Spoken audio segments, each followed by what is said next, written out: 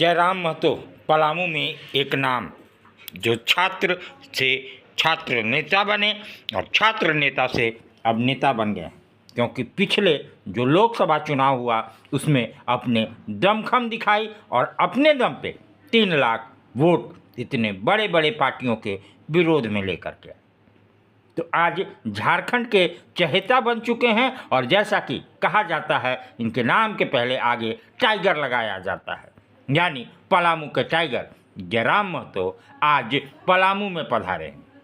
जैसा कि आपको ज्ञात है, विधानसभा का चुनाव सर पे है, तो इसमें अपनी उठापटक करने को जयराम महतो आज पलामू का पदार्पण हुआ।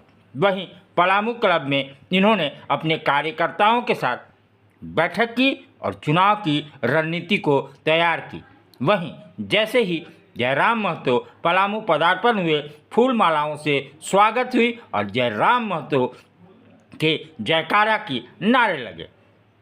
तो जैसा कि आप देख रहे हैं, पलामू क्लब में सैकड़ों कार्यकर्ताओं के साथ जयराम महतो अपना बैठक करते हुए, अपनी बातों को रखते हुए, अपनी रणनीति को बताते हुए, तो कार्यकर्ताओं ने सहमति जताई। वहीं प्रेस मीडिया से बात करते हुए जयराम महतो ने कहा कि जी बिल्कुल लड़ेंगे हम पलामू से विधानसभा का चुनाव। वहीं पूछे जाने पे पलामू को कैसा लगा, क्या है पलामू में, तो उन्होंने कहा पलामू में कुछ नहीं है, पलामू में सिर्फ और सिर्फ सुखाड़ है। इतनी नदियों से घिरे होने के बाद भी पलामू में अगर सुखाड़ है कि पलामू वासियों के लिए बड़ा दुख की बात है, बड़ा दर्द की बात है। और अगर मैं यहाँ से चुनाव जीतता हूँ, मेरी पार्टी का यहाँ विधायक बनता है, तो पहली प्राथमिकता हम पलामू को, मेदिनीनगर को, डाल्टनगंज को पानी देने का काम करेंगे, चाहे वो वाटर लिफ्टिंग से हो या डैम बना करके हो या नदी को बांध करके हो। एक अच्छी बात जयराम महतो ने कही और कार्यकर्ताओं ने सुनी। वहीं लोगों का एक भरोसा सा जगा कि नेता नहीं, ये लड़का जो छात्र से छात्र नेता बना और अब नेता बना है, दम तो है इस लड़के में। जयराम जी, आपने लोकसभा चुनाव लड़ा, बड़े बड़े धुरंधरों के छक्के छुड़ा दिए, पलामू आगमन, क्या तैयारी है पलामू की विधानसभा चुनाव में? देखिए, पलामू की धरती में तो पहली बार कदम रखे हैं और यहाँ सबसे पहले हमारे जो साथी हैं, हमारे जो संगठन के साथी हैं, उनसे यहाँ के जो विषय हैं उन पर बातचीत होंगी। उसके बाद उस आधार पे हम लोग यहाँ के लिए तैयारी शुरू करेंगे और उम्मीद करते हैं कि जो प्रेम हम लोग को उत्तरी छोटानागपुर में मिला, जो प्रेम और स्नेह हम लोग को दक्षिणी छोटानागपुर और कोल्हान प्रमंडल मिला है, ठीक उसी प्रकार का हम लोगों को समर्पण पलामू प्रमंडल में भी मिले। इसी आशा के साथ और इसी उम्मीद के साथ मैं धनबाद से यहाँ तक चलकर आया हूँ।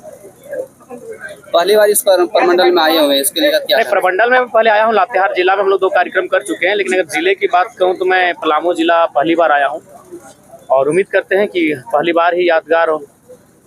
चुनाव भी लड़ने की तैयारी है यहाँ से?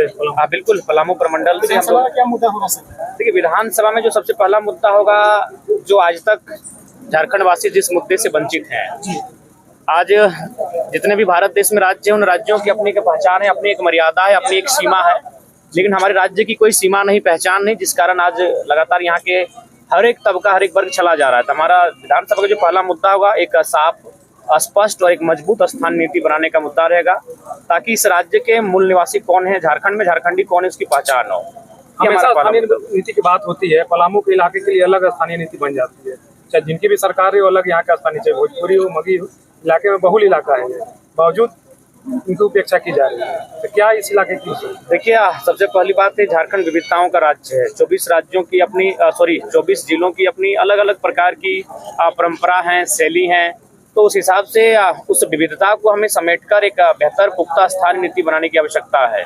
और बहुत ऐसे राज्य हैं, अगर आप पूर्वोत्तर भारत में चले जाएं तो वहाँ बहुत सारे ऐसे कानून हैं जो राज्य में नहीं, जिलों में अप्लाई होते हैं, चूंकि विविधता है। तो ठीक उसी प्रकार जब झारखंड के लिए स्थानीय नीति की बात करेंगे तो आपको उस विविधता का ख्याल रखना होगा और उस विविधता को ही आधार मानकर उसमें सामंजस्य बैठाते हुए आपको इस राज्य की स्थानीय नीति को तय करना होगा। दादा, आपको अगर प्रभार दिया जाता है राज्य चलाने का, सबसे पहला मुद्दा, आपका सबसे पहला कदम क्या होगा? देखिए, सबसे पहले का बेहतर स्थानीय नीति बनाकर जो युवा, चूंकि हम लोग युवाओं के बीच से आए हैं, तो युवाओं का जो फ्री एंड फेयर एग्जाम है उस पर हम लोग बात करेंगे। नियमित जो परीक्षाएं ली जाएंगी उस पर हम लोग काम करेंगे। दादा एक क्वेश्चन आपका, तो मैं ये समर्थक हूँ, कार्यकर्ता हूँ। पलामू का नाम लेते ही लोगों के मन में आता है कि ये मतलब गुंडों का इलाका है, बदमाशों का इलाका है। देखिए ऐसा नहीं है, हम तो ऐसा कभी नहीं सुने हैं। पलामू के बारे में जब भी सुनते हैं तो हमारे जहन में सबसे पहला जो शब्द आता है वो सुखाड़ का आता है। और हमने देखा भी बड़ी बड़ी नदियां आपकी दिखी, दामोदर से चौड़ी नदियां दिखी, लेकिन वहाँ जल का स्रोत ही नहीं है। तो भले लोगों की नजरिया क्या है पलामू को देखने का, लेकिन मैंने जो पलामू को देखा और समझा वो सुखाड़ आता है। और पलामू कृषि प्रधान क्षेत्र दिख रहा है। अगर सुखाड़ की समस्या से हम लोग निजात पा लें, अभी बारिश का मौसम आने वाला है, अगर लोग हम लोग प्रेरित करते हैं, अगर सरकार सपोर्ट करती है और उस बारिश के जल का संरक्षण किया जाए तो पलामू की स्थिति को हम लोग और बेहतर कर सकते हैं।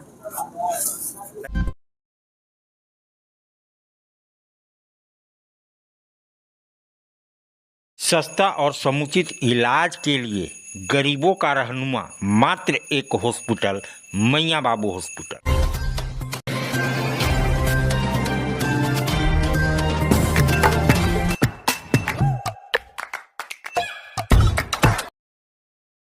आज आप दिल्ली दरबार आए हैं। दिल्ली दरबार अपने आप में पूरे डाल्टनगंज को समेटने के लिए तैयार है, क्योंकि गांधी उद्यान पार्क में दिल्ली दरबार जब से आया है रौनक बढ़ गई है।